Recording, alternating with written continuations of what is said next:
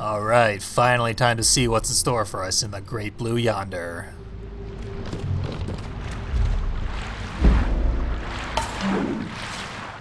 Probably gonna involve some archers. Or just the loading screen.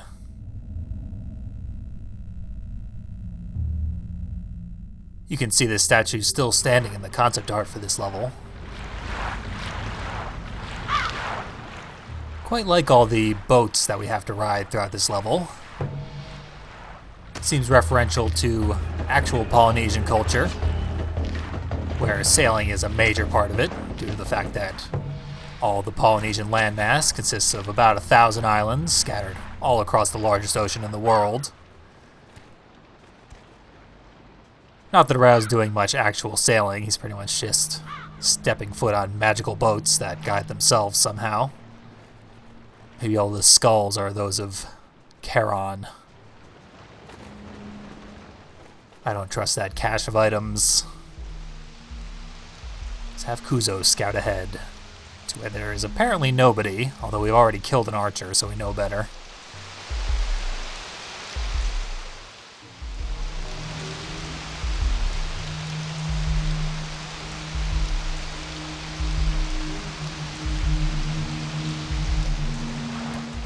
One of those half-dozen soldiers is actually whistling while they work. Gonna have to put an end to that. It's one thing to be evil, it's another thing entirely to enjoy it.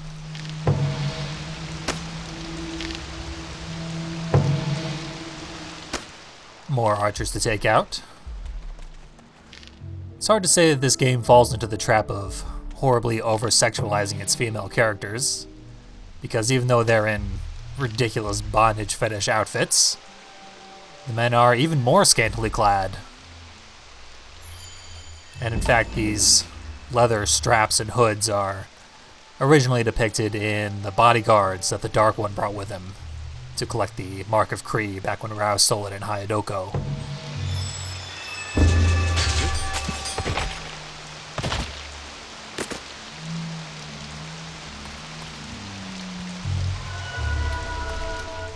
Definitely want to go for those hornblowers.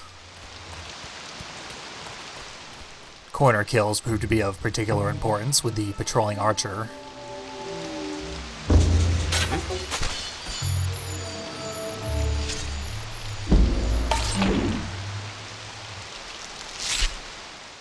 That extra couple of seconds you spend out in the open doing a regular kill would probably be enough to get her attention.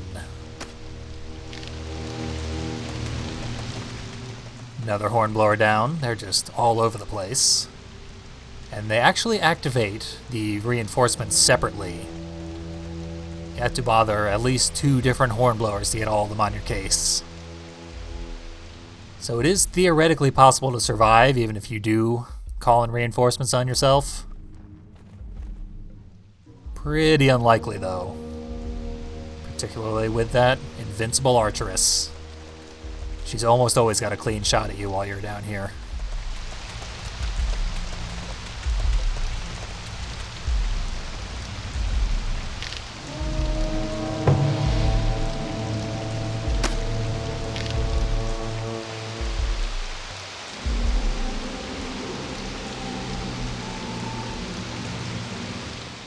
Only one hornblower remains. Kuzo has confirmed we're in the archer's blind spot. It's the perfect time to snipe him. And now we're safe from the most likely cause of death.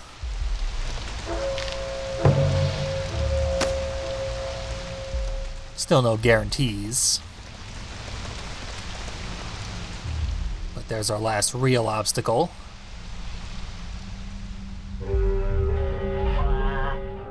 They're perfectly set up for a stealth kill, which the archer can and will interrupt.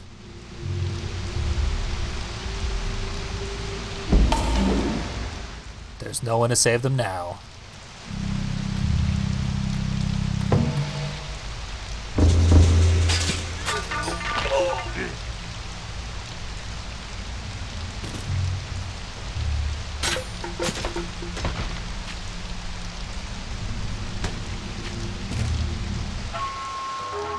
And we'll just leave that Soul Archer to be the queen of nothing.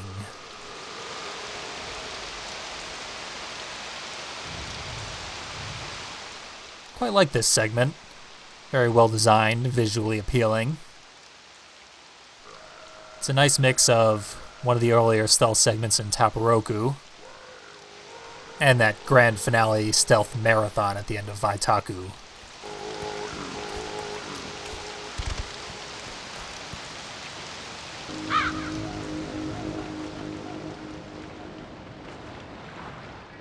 Wow.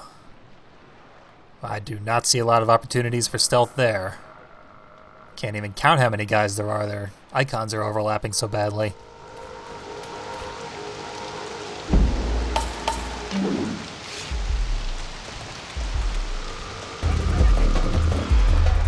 Obviously, all we can do about it is dive in head first. Start killing like this is God of War. Which is fitting. Rao is dressed like Kratos.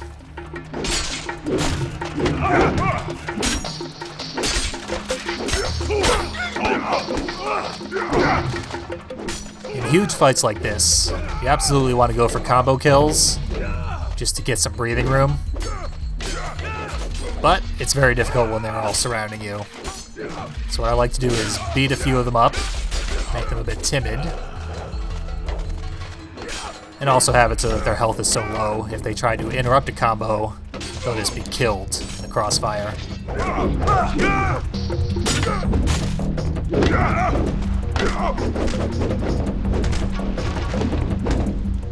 A useful attribute of the Taiha is that most enemies who have their health depleted by sheer damage rather than a combo kill won't be killed outright. They'll just be on the ground, set in a prime position for an impalement. That is a easy, guaranteed way to get some breathing room. Hasn't happened yet, though. But usually, once I get one impalement, I can start doing combo kills one after the other, until eventually one person gets lucky and breaks the combo.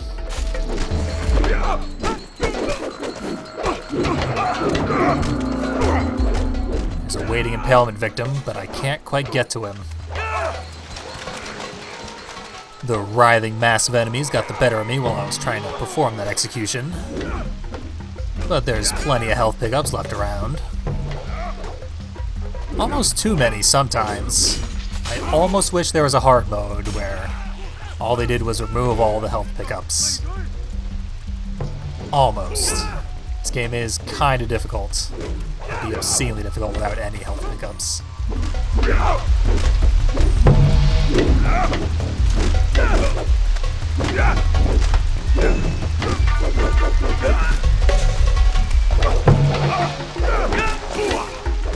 Successfully killed just about everybody, but those obvious 3 enforcers in the back. It's a good thing they stayed back, though. This fight was hard enough without them.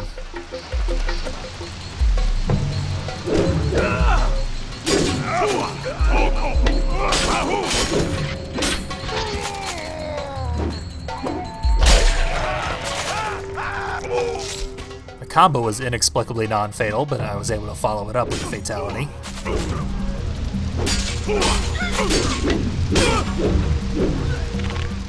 Taiha has handily killed almost everybody. It's a very useful weapon. I, of course, had never heard the word Taiha before playing this game, and I never bothered to learn it when I actually played it the first time. I just called it the spear. Taihas are very different from spears, though. Very elaborately crafted. Having a good one can be a point of pride for an entire family line for many generations. Very similar to a sword.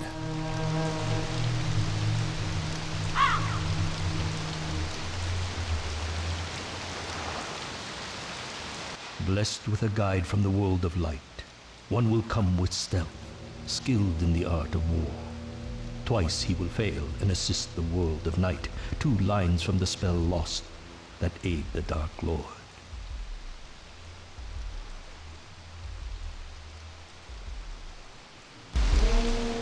Yep, that's the guy.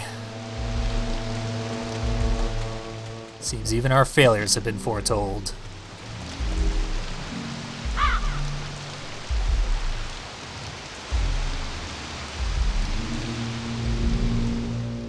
Even after that absurd fight, we're not quite done.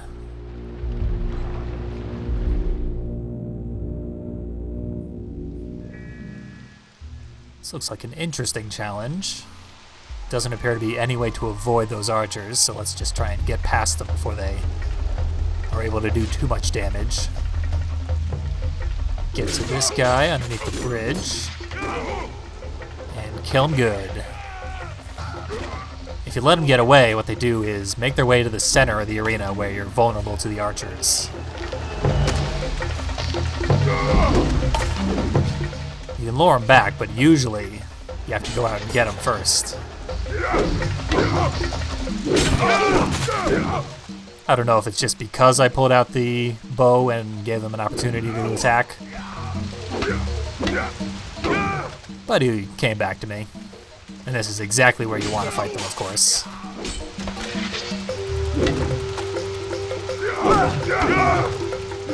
Repeatedly opened him up to counterattack using the Fuwa strike. I keep missing my opportunity because it's a very small window each time.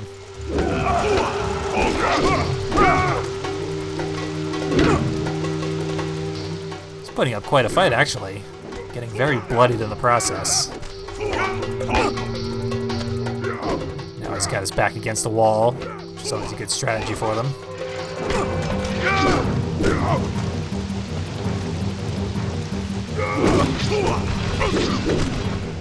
That did it. The Taiha also has a very grand sweeping attack that does a ton of damage, much like the sword did. We're at a dead end here.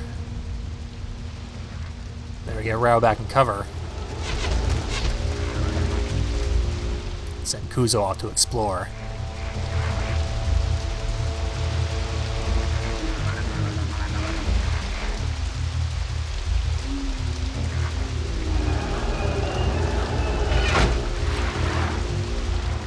That switch awakened the magic boat to come save us from the archers.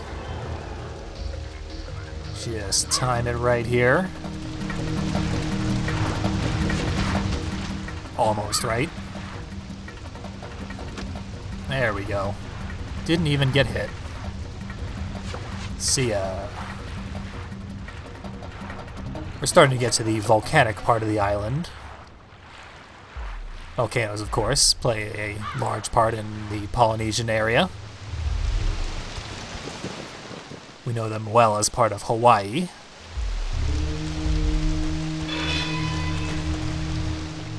Oh, we've got so much health we can't even pick up the capacity increase runes. That's a first.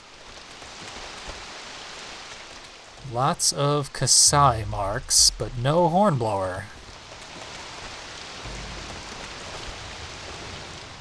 And a red perch, so probably another switch for Kuzo. Should bring the boat to us. But I'm a bit disturbed by what those marks of the Kasai could mean.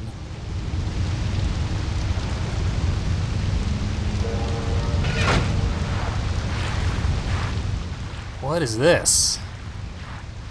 Got a real lazy ghost piloting that boat.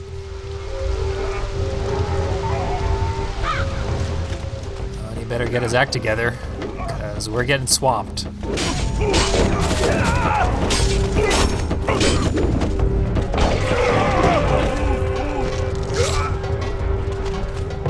Guess all the doors open at once, because this is a lot of guys.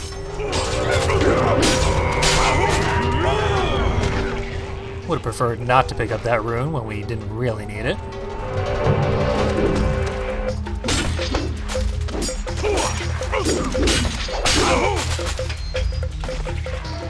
Or I guess each door is going to have this many guys. But you can sort of see how you can turn a moment of horrifying enemies into quite a string of kills. That one was interrupted by the new enemies coming out. New enemies are never impressed by whatever kills happened before their arrival.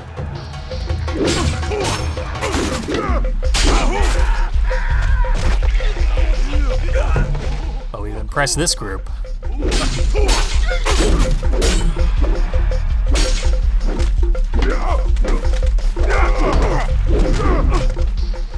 got one extra kill out of it, though.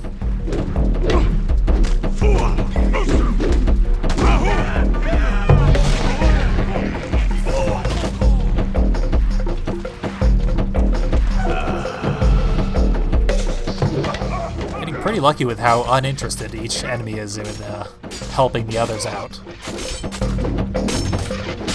It's normally very difficult to single opponents out in this large number.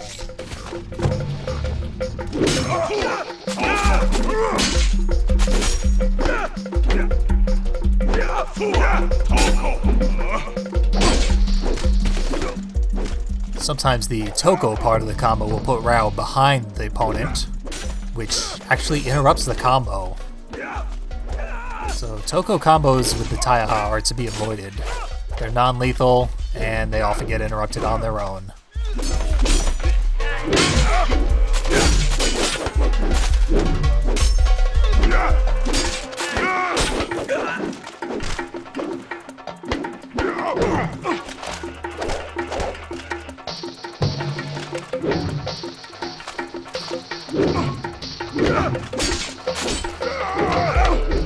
Almost cleared out this group.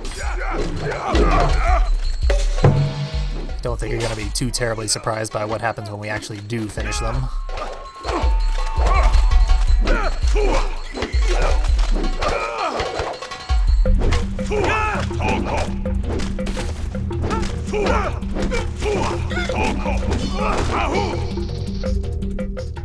More arrive.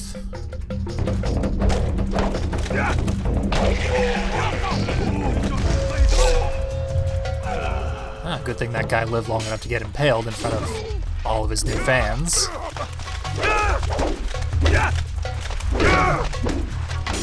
Didn't buy us too much time, though. This one might.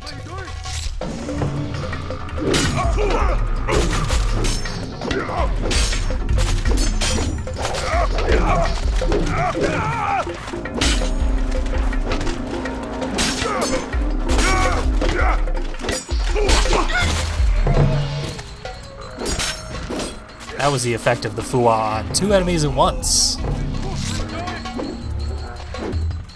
They both got it pretty bad, too. Which gave us ample opportunity to kill him. There it was again. And a third time on the same guy.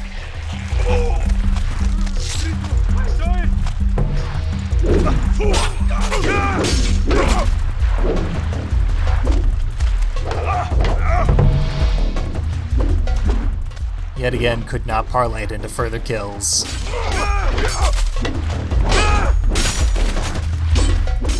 At this point, when we're at the back of the arena, we can start to hear the boat slowly approaching. Doesn't mean we're almost done, though. Its approach is comedically slow.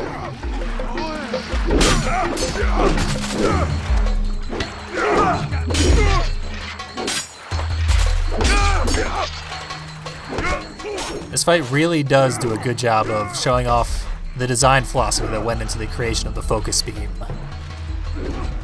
They wanted an action game where you didn't have to change the character's direction yourself. In the time that this game was released, character movement could often be very awkward in a 3D plane, not well suited to combat situations, or your character could spin around on a dime in a rather ridiculous way. Rather, they wanted to use their talents as animators to allow your character to change his own focus, and then he could fluidly attack in that direction of his own accord. You wouldn't have to do any 3-point turns in the middle of a fight. Resulted in a very unique combat system. This is the sort of thing that improvements in controls has made obsolete. And also because the right analog stick has to be used to control the camera these days, it simply wouldn't fly anymore.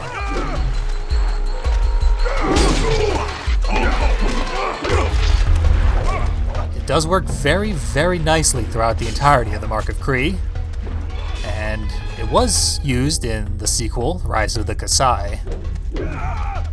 Don't know much about that yet, though. Finally, our rescue ship has arrived. We could break from combat and risk getting struck in the back as we do so. With these axes flying around, I don't really want to risk getting beheaded again. Rather try and buy some breathing room than make a break for it.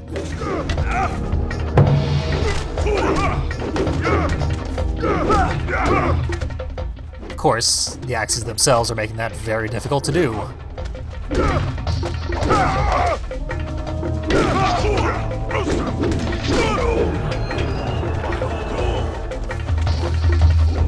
Well, I scared them, but I also summoned the next wave. So while the camera's focusing on them, I'm trying to blindly run for the boat. And it worked. So long, suckers. In my practice run, I actually did stay there, kill every last one of them. Took all the health pickups, it still almost killed me. And there's no benefit to it besides gazing upon a field completely strewn with corpses.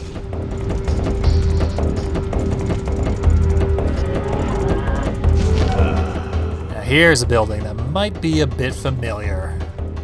We saw it at the end of the Oracle's vision. So we know what lies within. We must steel our courage and prepare to make up for our previous failures by saving the life of the next Mark of Kree.